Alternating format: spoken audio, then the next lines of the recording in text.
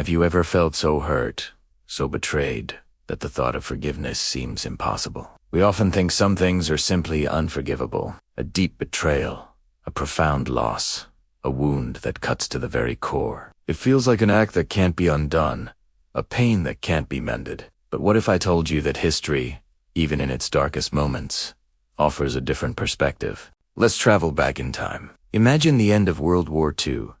The world was scarred by unimaginable atrocities. Entire communities were shattered, and families were torn apart. The pain was raw, the anger immense. Yet, in the aftermath, something remarkable happened. Leaders like Konrad Adenauer of West Germany stepped forward, not with excuses, but with a profound sense of responsibility and remorse. He acknowledged the immense suffering caused and began the long, painful process of reconciliation with nations like France and Israel. This wasn't about forgetting. It was about facing the past head-on to build a new future. This paved the way for the European Union, a project built on the very idea that former enemies could become partners. Now, let's go to South Africa. For decades, a system of brutal racial segregation had inflicted deep wounds. When Nelson Mandela was freed after 27 years in prison, he could have chosen revenge. The world held its breath.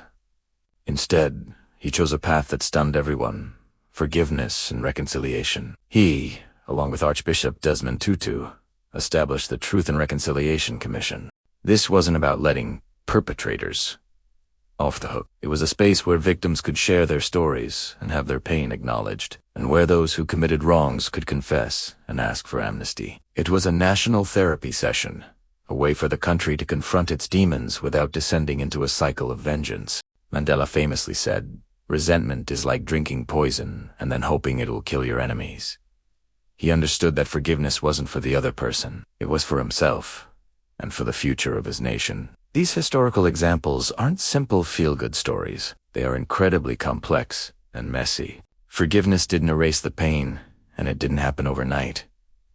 It was a choice, a difficult, deliberate process. So what can we learn from this for our own lives? First, forgiveness is not about condoning the act. It doesn't mean what happened was okay. It's about releasing the power that the hurt has over you. Second, it is a process, not a single event. It takes time, patience, and a lot of inner work. There will be good days and bad days, and that's okay. Finally, forgiveness often starts with empathy, trying to understand, not necessarily agree with the other person's perspective. It's about recognizing shared humanity, even in those who have hurt us deeply. When we hold on to unforgiveness, we remain chained to the past, allowing the person who hurt us to continue to have control over our emotional well-being. By choosing forgiveness, we take back our power. We decide that our future won't be defined by our past pain. It's one of the hardest things we can do, but as history shows, it's also one of the most powerful and liberating.